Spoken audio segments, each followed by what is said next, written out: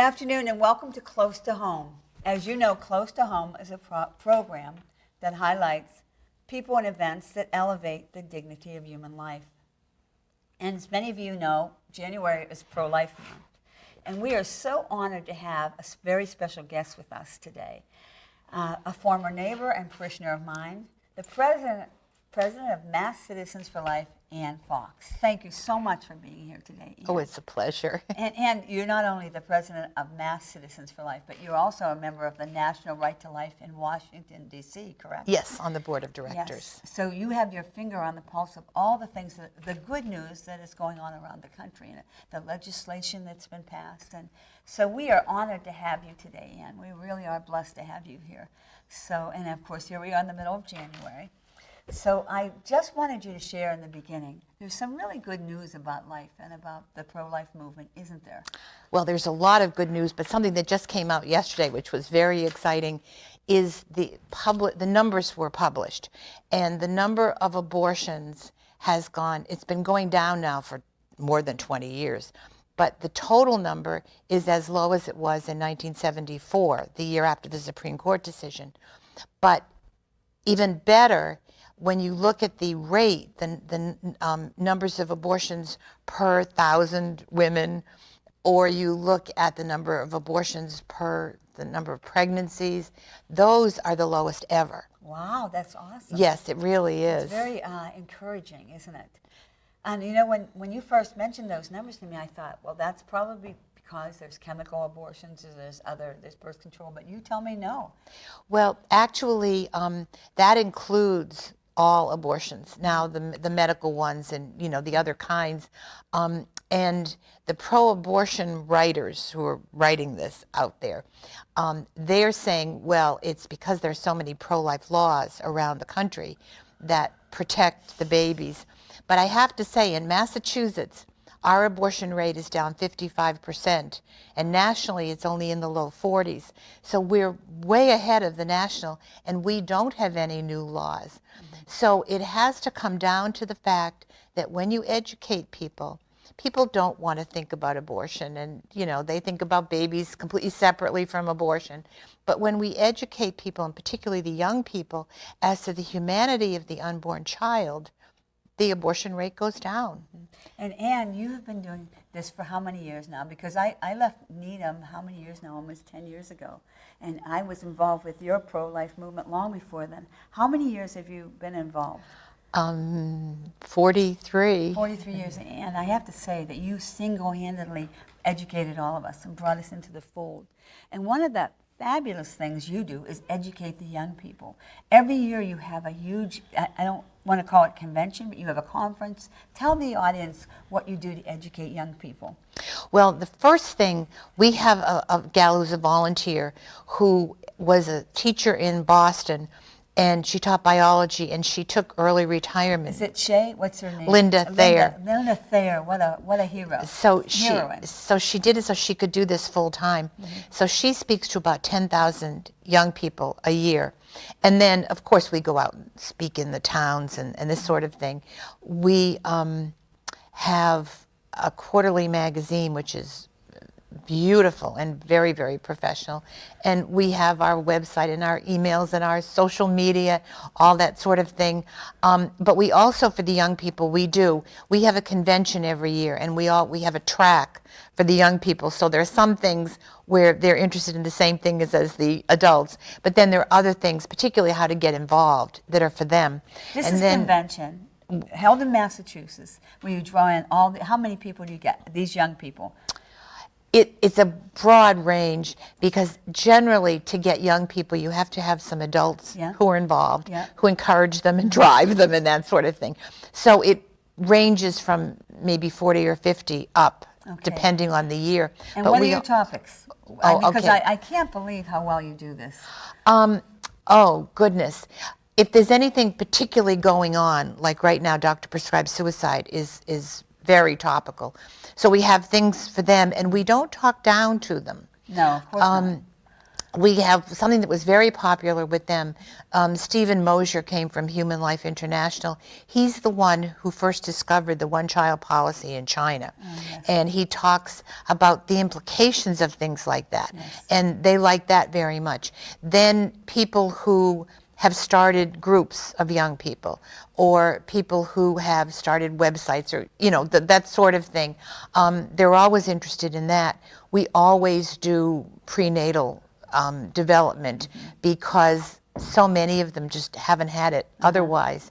And actually, we're filing a bill this week to require that the schools in either 7th, 8th, or 9th grade teach legitimate, accurate prenatal development. Isn't that awesome? And well, you do this out of the goodness of your heart. I mean, you yes. bring them in, and it's, you know what I remember, Ann, you'll have to straighten me out here, but I remember pictures of you taking these groups of young people through the State Department. Well, that's the State House. State that House. was the other I'm sorry, thing I was State going House, to yes. say that we do. I'm sorry. That's We have student lobby days. Okay. And imagine student lobby days. I've never had that privilege. it's really fun. They come in and we have pro-life legislators talk to them about the pro-life legislation. Stop for a minute. You mean there's a pro-life legislator in Massachusetts? Yes, at the State House. Okay. Pretty much all the Republicans and about 30 Democrats are pro-life, which is given Hard to believe, everything, given everything is that's good gone these down. days. Yeah. But anyway, so the legislators talk to them about the process and the bills that we have and all, and then we give them lunch. And then I used to be a Doric Dame, a volunteer guide at the State House, and I love taking young people around the State House. Yeah. And the Massachusetts State House, I mean, it's very interesting architecturally, but historically, these important things happened in the country, and here's the picture, here's where it happened, here's, What an education. So, and they seem to like, and then they go to their own legislator, who may or may not have been one of the ones speaking, and we train them a bit. We give them the information, and we say, okay, you pick which bill interests you the most, which points in it, because when they look, certain things will just appeal to them. So they've been educated first on the bill? And On then the process, and then the bill, and then they go and talk to their legislators. So first of all, legislators love young people. I suppose because they're all future voters, and they feel that if they've met them, then they'll get the vote. That's part of it, we Yes, think, anyway. but also it's so good for them because then they know. They've been to the State House. So many adults have never been to the State House. They've been there. They know how to get around. They know that some of the offices are little and are in the corner, but there's an important person in there. And they also, and some of them do a wonderful job on defending their positions. Wow. I'd like to just put them out front and have them talk to legislators in front of everyone. So it's a lot of fun. And sometimes they're school groups, and many times they're homeschooled groups because they're very Beautiful. flexible on their Yes. time, Yes, and have you seen a difference in legislation as a result of this? I have to admit, in Massachusetts, a lot of the legislative work that we do is educational. Because, there aren't enough votes for many things. And it's surprising because the kind of bills we file are things like informed consent. Now, every other medical procedure has informed consent. And you think, why wouldn't a legislator vote for it? Well, Informed because consent for a procedure like abortion. yes, but when it has to do with abortion, some of them don't think. They just vote knee jerk. Do you think it's because of finances? Do you think, why would they stop there? What promotes, like there's a silence about abortion, for example. They don't touch the topic, just like you're saying. That would be a typical example. I don't understand where the stopper is unless there's perhaps some funding or some... I don't think it has to do with funding. I'm afraid that at this point what it has to do with is that the Democratic Party has made abortion a litmus test. And Say more about that, a litmus test. Meaning if you are not for abortion, you're not going to get in? you're not going to advance anyway. We have had so many legislators who were 100% pro-life at the State House. They get elected to Congress, and it takes 2 or 3 years, and all of a sudden they're not voting pro-life at all. Is it the water down in D.C.? What do you think? I think the idea is all politicians want to advance, And the word is you are not going to advance the Democratic Party if you're pro-life. Well, let's hope. Let's hope with this new administration this is going to change. I'm very hopeful about it. So that news about saying that in fact, the numbers are down for abortions. I couldn't help but think, Ann, that the last few times we've been to the March for Life, there's 90% of the people there now are teenagers. They're young people, and they have signs that say, "We are the pro-life generation," and they sing and they chant. And I think this is proof positive that 90%. And this march is coming up in D.C. on a week from Friday, on the 27th of January. Again, it's as a result of the January 22nd ruling, but because the inauguration is on Friday the 20th, they decided to go to the following Friday. And since people have to leave their jobs and their schools and everything to come, a Friday is easier also. Mm-hmm. But it's quite interesting. Let me interrupt you for a minute. So what, Ann, again, you probably already know this, but absolutely every year we have it on the 22nd because that's the anniversary of that horrible law that was passed called Roe versus Wade. And so it's a week later now because we have the inauguration that right, weekend. so it's the 27th. Yeah. I'm so sorry to interrupt. But it, I'm not sure what I was saying, but the thing is, as you say, it's full of young people, and the enthusiasm level, the pro-abortion leaders are now writing things every year in January saying, really, they're very distressed because the enthusiasm level of these young pro-life people is just so tremendous. Yeah, I think we're in for a change. I'm sorry I interrupted you there a little earlier, but I think we're in for a very positive change.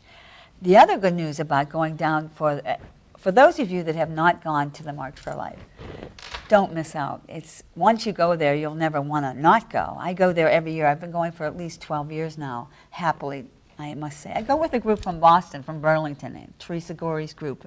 That's how I met Tom Harvey, and you meet some of the finest people. But there are some activities that you may not be aware of. And you were telling me that the kids are all tied up in their diocesan activities. But if you could ever break away and go to what they call the caucus, the Massachusetts caucus, could you? Yes. Well, Mass Citizens for Life sponsors this caucus in the morning. The thing is, the point of the march of going to D.C. is to, first of all, lobby, because your congressmen and your senators are there, and so you present yourself. And every year I go down there, and you can't even get into your senator, let alone our senators. But I mean, the point is to lobby and to give witness. And lobby means? So lobbying means talking to your congressman, your senator, their staff. That's your job when you go down there. Yes, and then to give witness by going to the march. So lobby and witness. Right, exactly. And it used to be that everyone took the red-eye bus down, did the march, and went home. So that 2 nights on the bus. And what happens is the bus will just drive in and stop at a corner and let everyone out. So we started having this caucus where we have coffee and Danish and what have you, and it's warm. It was a nice place for people that were traveling to come in out of the cold and talk to each other. And all get together, so it isn't just the one bus. And we used to do it, and the pro-life congressman from Massachusetts and senator would talk to us. Well, right now we don't have any pro-lifers. So what we still have the caucus because people still need to get together and get fed and all that. But because we're in D.C., we have a wonderful advantage of getting some of the absolute national leaders on different things to come in and talk to us. So this has become really quite an event. It's an enviable event to get to, so don't miss out on this. And I wanted to make the point too, sometimes you can check the Mass Citizens website and there are still some spaces on some buses. I believe the Worcester buses have a few seats left. But the planes are very cheap this year. Really? Really. Yeah. So that somebody could still, at the last minute, decide to go. Get down to D.C. Well, you have some unbelievable speakers at this caucus. And first of all, you want to make sure to tell them when it is and where it is. It's the day of the march. It's the actual day of the march. Friday the 27th. It's from 9:30 to 11 in the morning. It's at the Russell Senate office building, and it's in the Kennedy caucus room. Okay, now having been down there, I have to admit that one time I went down there and I literally got lost on the, for years I never admitted that, but I admit it now. So you have to watch what you're doing and where you're going. Well, you Yeah. find the Capitol, which Yeah. is very visible. Yeah. And as you're looking at the Capitol, the House office buildings are to the left, to the right, and the Senate office buildings are to the left. And the Russell one is actually one of the older, so it has a corner and everything. Huge building, the same kind of security you see anywhere else. By the way, that's a good point, because they'll check your backpacks, and so take as little as possible when you go through when you walk around DC. And you can't bring the signs in, and if you leave them, I've never heard of anything happening to them, but there's always a possibility. You know? But we have these marvelous speakers, and then people are really well informed, and then they go off and they still lobby, even though our people aren't pro-life. But we have this year, it's kind of lost in a way in all the excitement and everything, but the doctor-prescribed suicide effort that the death lobby is making is incredibly scary. And the latest that they've done is to pass a law in DC, and it would make a person who was sick could get a lethal dose of drugs and give it to themselves. They've made no provision for someone who's depressed. Now, I mean, people who want to commit suicide are depressed. No provision for that, just give them the dose. No provision for a second opinion. If the doctor says you're going to die soon, you should have another opinion. And even if you are going to die soon, we can give you love and care, not a lethal dose of something. So it's very scary. The other thing that's scary about Did it pass in Washington? in D.C. It did Well, actually the pass. city council is, and the mayor signed it. But the other thing that's scary is that there are obviously populations who are more at risk. Vulnerable, thank you. Yeah. And minorities and poor people are two, plus disabilities, elderly. Absolutely, disabilities. All right, but D.C. is full of minorities and poor people. So it's like the worst place to impose this. And the original bill that you and I talked about 5 or 8 years ago, right? In Massachusetts, they were trying to put forth this bill. It was it was better than the bill you just spoke about, if there's such a thing as better. It gets looser and looser each year. It was a horrible bill. It's called Death with Dignity is what they tried to pull it off as, but it's really doctor-prescribed suicide. Doctor-prescribed suicide. And you had to have a witness. You had to go and get a second opinion. And you were sent home with a bottle of pills, essentially. I mean, imagine, what if you decide to only take some of them and leave the others in the medicine cabinet? And the whole idea is so undignified and reprehensible. The idea is that instead of caring for people, instead of giving them medicine, we'll just let them kill themselves, and we'll encourage it. And it's been legal in Oregon for quite a while, and there's all kinds of stories about people who were not allowed medicine but were offered the lethal dose. Now it just became legal in California, and there's a story of this beautiful young mother with 4 children who has cancer. No drugs, just a lethal dose. And here we know that so many things are curing cancer now, and and encourage people to kill themselves. So anyway, in DC, what happens is that Congress is the end word, and they can nullify a law.